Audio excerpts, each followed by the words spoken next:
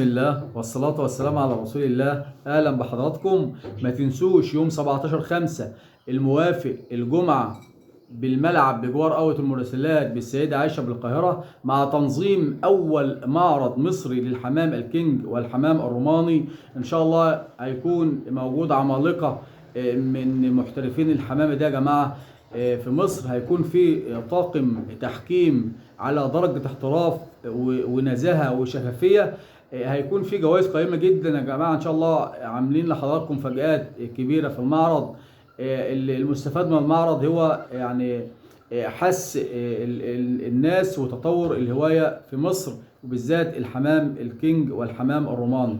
شفنا في الفترات الأخيرة معارض أقيمت ونجحت ويعني وغيرت شكل الهواية في تخصصاتها، زي مثلا معرض المراسلات اللي اتعمل ونجح واللي كان يتكرر ان شاء الله يكون قريب برضه. شفنا الجوكابين، شفنا الهمر، ويعني كل يوم يا جماعه في تطور في الهوايه في مصر.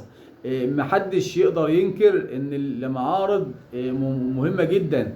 يعني انت كهاوي لو انت مقتنع بمستوى فكر معين، وجودك في المعرض هتخليك تطور من عقليتك وتطور من تربية الحمام، وهتجيب مستويات أقوى. معارض مهمة جدا وممتازة جدا. إن شاء الله في انتظاركم يوم 17/5 الموافق الجمعة بالملعب بجوار قهوة المراسلات بالسيدة عائشة، لتنظيم إن شاء الله المعرض الناجح بمشيئة الله، والأول للحمام الكينج والروماني. في انتظار حضراتكم بمشيئة الله.